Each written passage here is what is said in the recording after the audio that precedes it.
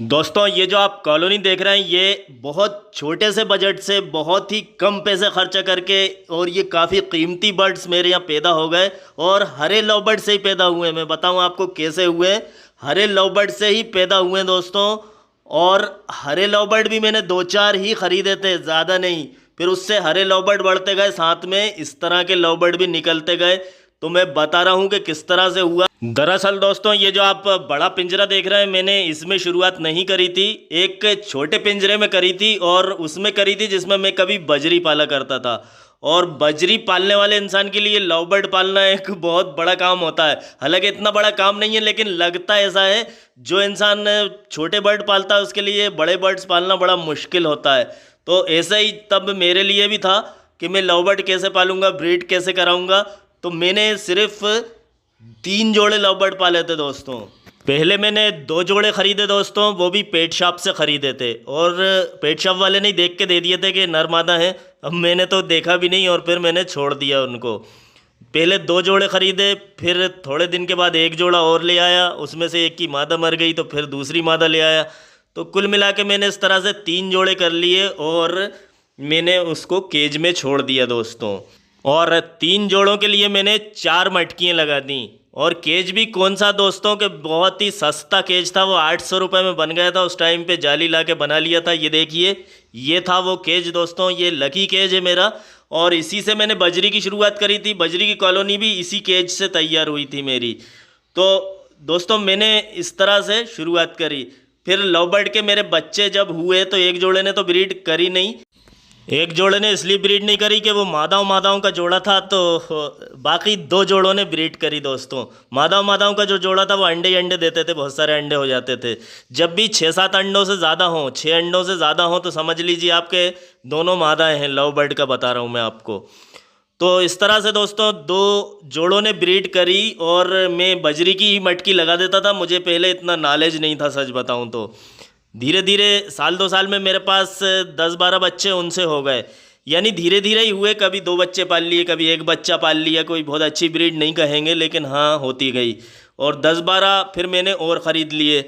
तो 10-12 जब मैंने और ख़रीद लिए और 10-12 पहले के, तो मेरे पास दोस्तों फिर 21 लव बर्ड टोटल मैंने छोड़े थे कॉलोनी के अंदर। ये जो आप कॉलोनी देख रहे हैं, इसमें मैंने 21 लव बर्ड छोड़े थे, बगैर नरमादा देखे छोड़ दिए थे दोस्तों। किसी से मैंने पट्ठे ले लिए 4, फिर किसी से ले लिए, पट्ठों को छोड़ दिया। फिर वो उसी में ही रहे और फिर वो 3-4 महीने इसी केज में रहे। फिर उसके बाद मैं तो बस इकट्ठा करता गया, बस बगैर देखे इकट्ठा करता गया कि बस मुझे तो लव बर्ड पालना है। ब्रीड करें या नहीं करें, बस देखने को है कि हाँ लव बर्ड हैं, कुछ तो करेंगे, कभी तो करेंगे, ये सोच के मैं कभी ज़्यादा बारीकी नहीं करता हूँ। तो हुआ ये दोस्तों कि उनके जोड़े 9 बन गए। 9 जोड़े बन गए 21 लव बर्ड में से। यानी कि 18 लव बर्ड कामयाब हो गए। 21 में से 18 लव बर्ड कामयाब हो गए और 3 फालतू रह गए। तो बहुत अच्छा रिजल्ट कहेंगे दोस्तों। बगैर देखे छोड़ा, बगैर जोड़े पहचाने हुए छोड़ा। और उसके बाद दोस्तों फिर मुझे कभी पीछे मुड़ के देखने की ज़रूरत नहीं पड़ी।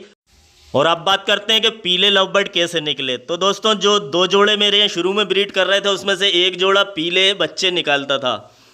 पीले बच्चे वो कुछ निकालता था, लेकिन रेड आई शायद उसने नहीं निकाले थे। तो मैंने क्या करा था, जब कॉलोनी में छोड़े थे तो वो 2 जोड़े जो थे पिछले मेरे पास एडल्ट पेयर, वो भी छोड़ दिए थे इसमें।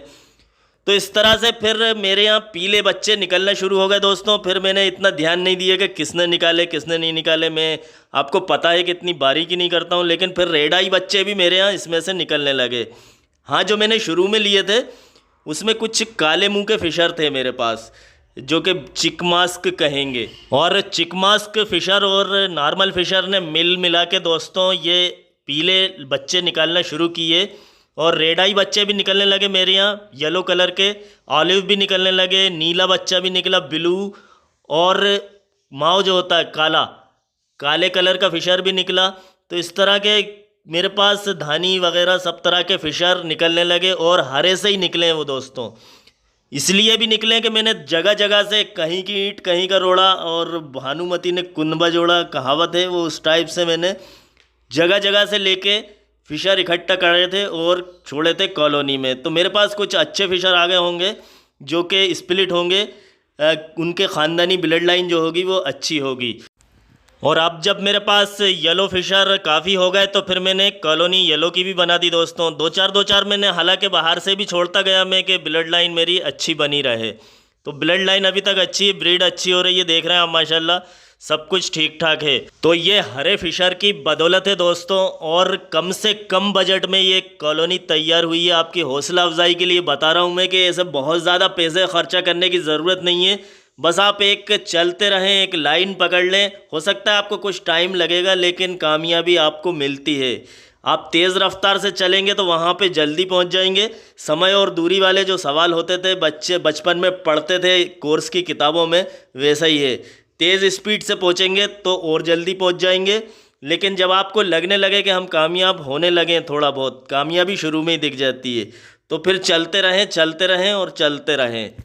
और उसके बाद भी आप देख रहे होंगे कि मैंने दोस्तों हरे फिशर इस कॉलोनी में ज़रूर छोड़ रखे हैं। हरे फिशर छोड़ने की वजह यह है कि हरा जो होता है वो होता है जंगली वाइल्ड फिशर, इसी से ही सारी ज़ातें बनाई गई हैं। सारे जो कलरफुल बर्ड बनाए गए हैं वो इसी से बनाए गए हैं, ये ही माँ बाप हैं।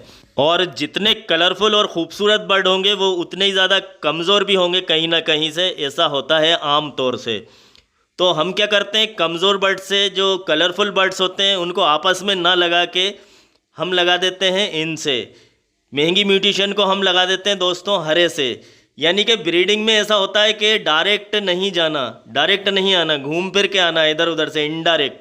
तो हरे से लगाते हैं तो उससे बच्चे मजबूत हो जाते हैं, बच्चे मजबूत निकलते हैं। लेकिन बच्चे निकलेंगे हरे ही ज़्यादा बच्चे निकलेंगे, क्योंकि हरा जो होता है डोमिनेट होता है। डोमिनेट मतलब गालिब आ जाने वाला, गालिब आ जाने वाला मतलब प्रभाव छोड़ देने वाला।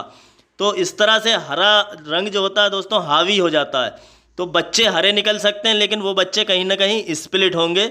जैसे आपने हरे को रेड आई से लगाया था तो बच्चे रेड आई के स्प्लिट कहलाएंगे। स्प्लिट मतलब उन हरों को उन्हीं तरह के हरों से अगर लगा दिया जाए तो बच्चे रेड आई निकलेंगे।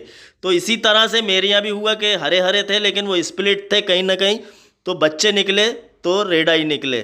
तो दोस्तों इसलिए कॉलोनी में मैंने छोड़ रखा है कि ब्लड लाइन कहीं ना कहीं इससे मजबूत होती रहती है।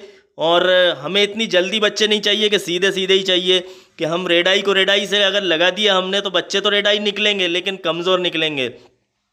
या तो वो पल ही नहीं पाएंगे, और पल पाएंगे तो बहुत ही कद काठी के कमज़ोर होंगे, बेकार बच्चे होंगे। तो हम लगाएंगे रेड आई बर्ड को ब्लैक आई से, ब्लैक आई मतलब येलो ब्लैक आई से, या फिर हम रेड आई बर्ड को लगाएंगे हरे बर्ड से। तो यही एक तरीका होता है दोस्तों ब्रीडिंग का। अगर मजबूत आपको बच्चे चाहिए, मजबूत नस्ल चाहिए, तो मेन जो नस्ल है उसको छोड़ा नहीं जाता। और वजह यही है जो आज ग्रीन फिशर, नहीं तो ग्रीन फिशर का नाम निशान मिट जाता। ग्रीन फिशर आज भी लोग ढूंढते फिरते हैं, और मेरे पास इतने फिशर थे, सब निकल जाते थे, सब बिक जाते थे। वजह वही है कि लोग लेने आते थे कि वर्किंग करेंगे हम, भाई साहब वर्किंग करेंगे, हम वर्किंग कर रहे हैं तो इसलिए हमें हरे फिशर चाहिए। तो वर्किंग के लिए, वर्किंग मतलब नए नए बर्ड्स ईजाद करने के लिए, नई नई नस्लें बनाने के लिए हरे फिशर की ज़रूरत कहीं ना कहीं पड़ती है। और दोस्तों मैं आपको काफ़ी आसान भाषा में, आसान ज़बान में समझाने की कोशिश करता हूं, क्योंकि लव बर्ड का काफ़ी मुश्किल होता है ये ऐसा लगता है। क्योंकि कुछ लोग, नए लोग जब चार्ट देखते हैं लव बर्ड की ब्रीडिंग का तो समझ में ही नहीं आता कौन सी ब्लू सीरीज़ है और कौन सी रेड सीरीज़ है, किसको किससे लगा देंगे, स्प्लिट क्या होता है, ये क्या होता है। मैं आसान ज़बान में आपको बताने की कोशिश करता हूँ और करता रहूँगा। तो फिर मिलते हैं एक अगले वीडियो में दोस्तों।